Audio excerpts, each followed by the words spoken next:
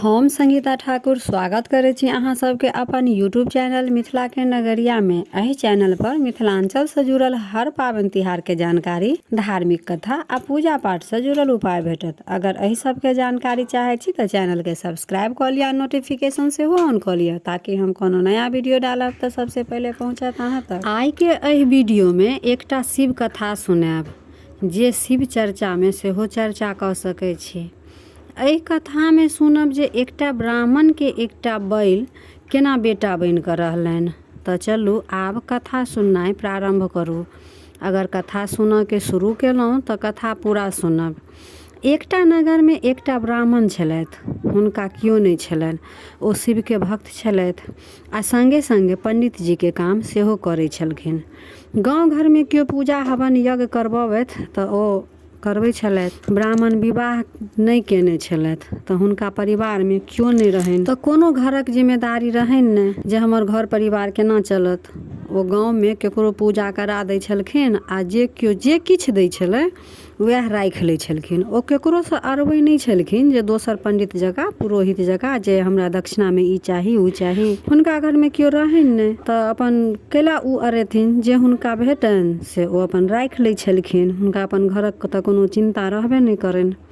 आ जतऽ पूजा करबै छलखिन ततऽ तऽ भोजन भेटे जाइ छलनि, तऽ अपन खा कऽ रहि जाइ छलखिन। तऽ हुनका खेनाइयो पिनाइ के चिंता नहि रहनि। सब दिन कतौ ने कतौ पूजा गाँव में रहबे करनि आ ओहिठाम ओ पूजा करा कऽ भोजन कऽ लै छलखिन। अहिना हुनकर समय कटैत गेलनि। समय बीतैत बीतैत ब्राह्मण के जवानी बीत गेलनि। ओ अपना तरफे ध्याने नहीं देलखिन जे विवाह करब। आब तऽ विवाह के समय सेहो नहीं बचल। तऽ एक रात हुनका ब्राह्मण के सुतल सुतल सोचै छलखिन जे हमरा तऽ आगा पीछा कियो नहीं अछि आ आब हमर अवस्था भेल जाइया।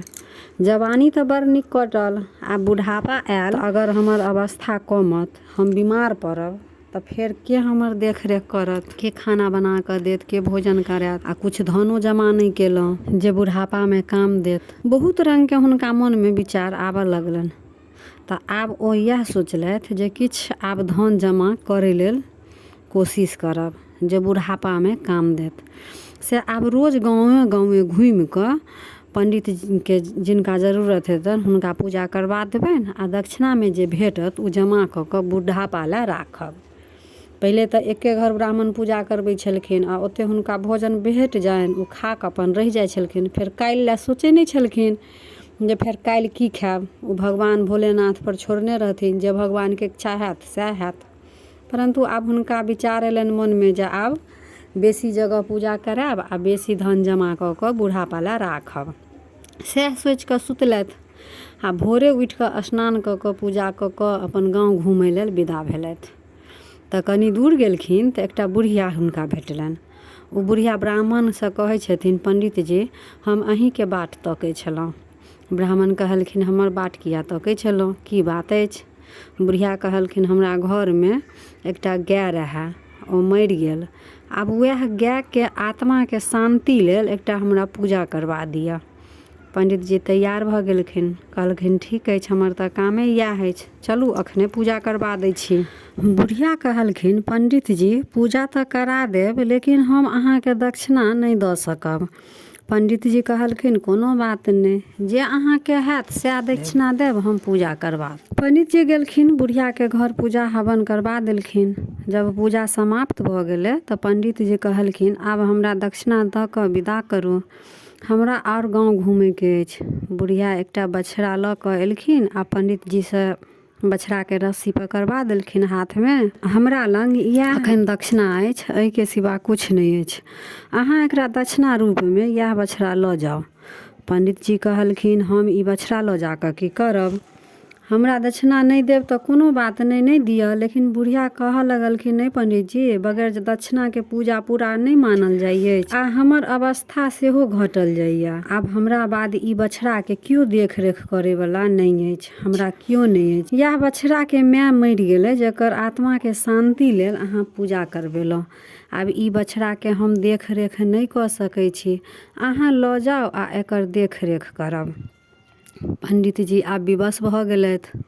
ओ बछड़ा के अपन घर लऽ एलखिन आ बछड़ा के खूब देख रेख करऽ लगलखिन। खूब अपन हुनकर सेवा करे। बछड़ा कुछ एके दिन के बाद खूब हट्ठा कट्ठा एकदम बैल तैयार भ गेले। बैल के खूब चर्चा हुआ लागल गांव घर में जे पंडित जी के बैल खूब देखे में सुंदर छन, खूब हट्ठा कट्ठा अछि, खूब बढ़िया अछि, खूब सेवा करे छथिन पंडित जी ओ बैल के। ई सब सबटा एकटा व्यापारी वह गांव में रहे, ओकरा लंग ई खबर पहुंचल।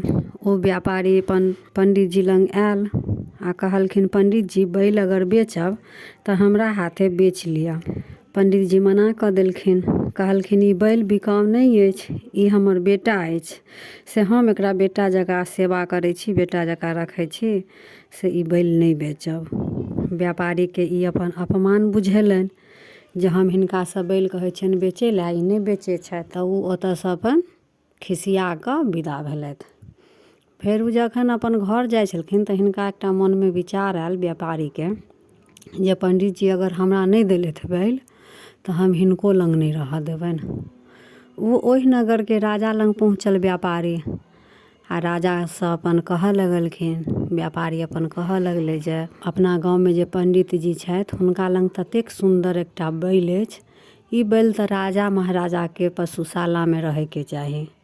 जे बैल ओकरा पंडित जी लंग अछि से ओहन बैल अहाँ के पशुशाला में नहीं अछि।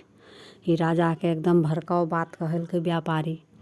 राजा सुनि कऽ सोचलखिन जे हाँ ठीके, एहन बैल जग अगर है हट्ठा कट्ठा एतेक मजबूत तऽ ओ बैल तऽ हमरा लंग रहे के चाही, हमर पशुशाला में रहे के चाही। ओ सेना हाथे अपन समाद भजेलखिन पंडित जी के जे कहियोन हमरा दरबार में ओता मिले ला, भेंट करऽ।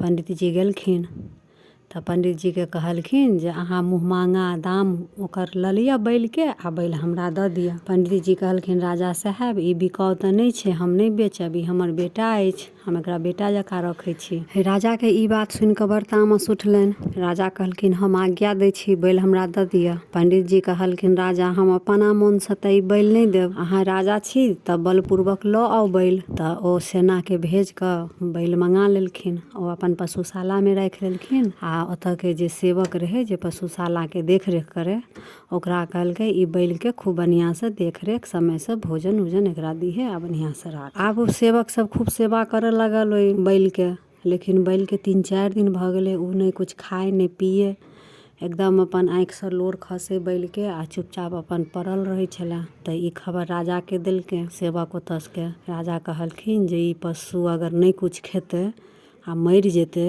तऽ एकर तऽ दोष हमरा पर लागत, पाप लागत, से नहीं एहि बैल के पंडित जी लंग पहुँचा दिए। आइ नहीं पंडितो जी बैल जे चलि गेल छले तऽ उहो नहीं खाए पीथिन, उहो बैल के चिंता में रहे छलखिन, खाना पीना छोड़ि कऽ पूजा पाठ छोड़ि कऽ सबटा आ शोक चिंता में पड़ल रहे छलखिन। तब फेर राजा के सैनिक सब फेर बैल के अपन पंडित जी लंग आबि कऽ हुनका दऽ देलकनि आ कहलकनि जे ई जे राजा के पशुशाला में छल तऽ कुछ खेबे पीबे नहीं करे छल, तऽ आब एकरा अपन राखू सम्हारू। पंडित जी देख कऽ खूब खुश भेल, बैलो अपन देख कऽ खूब अपन पंडित जी के खूब चाटऽ लागल, अपन माल जाल के जे लक्षण है खूब खुश भेल उहो।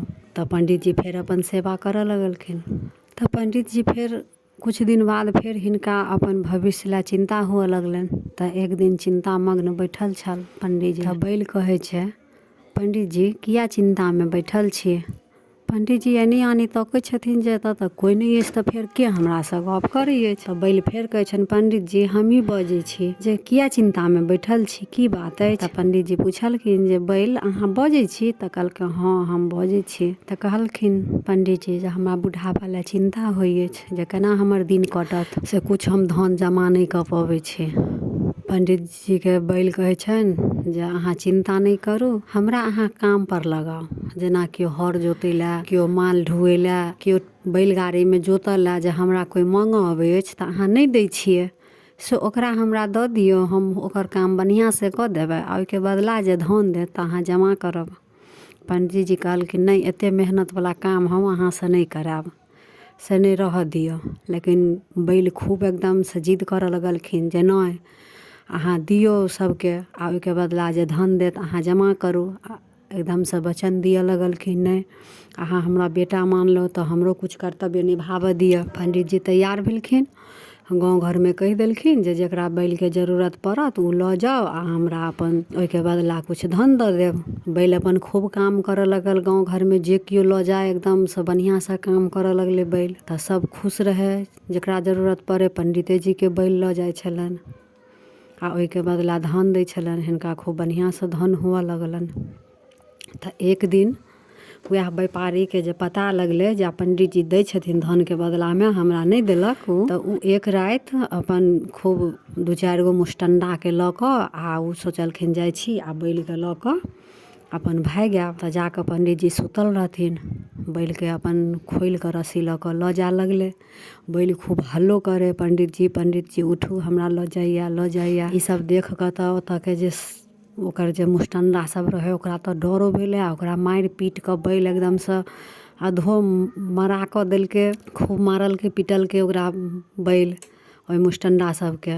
उ सब पंडित जी ताबे उठि गेलखिन, उ सब भागल अपन जान बचा कऽ। तऽ पंडित जी कहलखिन जे आब हमरा आइ बताउ जे अहाँ के छी आ एतऽ बैल बनि कऽ केना अयलहुँ, किएकि बैल एकटा साधारण बैल तऽ बजै नहि छै। तऽ ओ बैल अपन पंडित जी के कथा सुनाबऽ लगलखिन पूर्व जन्म के। तऽ कहलखिन पंडित जी हम एकटा पुरोहित छली पूर्व जन्म में, से हम शिव के भक्त तऽ छलहुँ लेकिन एकटा लोभी पंडित छलहुँ। जे केओ पूजा करबै छलै करा दै छलियै। तऽ एक जग पूजा जे करेलहुँ तऽ दक्षिणा में हमरा गाय भेटल। गाय के बछड़ा रहे, ओ हमरा दक्षिणा में देलथि गाय। हम गाय के लऽ कऽ एलहुँ, बड़ दूध दै छलै। ओइ गाय के सबटा दूध हम निकालि कऽ बेच लै छलियै, ओइ बछड़ो ला नहीं छोड़ै छलियै। तऽ उ बछड़ा धीरे धीरे कमजोर हुअ लगलै, उ माय के दूध नहीं पिए तऽ बछड़ा मरि गेलै। कुछ दिन बाद उ गायो मरि गेलै अपन बच्चा के शोग में। तऽ वएह के दोष हमरा लागल। तैसँ एहि जन्म में हमहूँ बैल बनि कऽ एलहुँ आ हमरो माय बच्चे में मरि गेल। लेकिन हम शिव के जे भक्त रही तैसँ हमरा अहाँ एहन धर्मात्मा व्यक्ति भेटल आ हमर पूर्व जन्म के पाप कटल। आब हम अहाँ के बेटा बनि कऽ रहऽ चाहै छी आ पूर्व जन्म के जे पाप अछि तकर प्रायश्चित करऽ चाहै छी, से हमरा बेटा बनि कऽ अहाँ रहऽ दिअ। तऽ अहिना पंडित जी के अपन समय कटऽ लगलनि।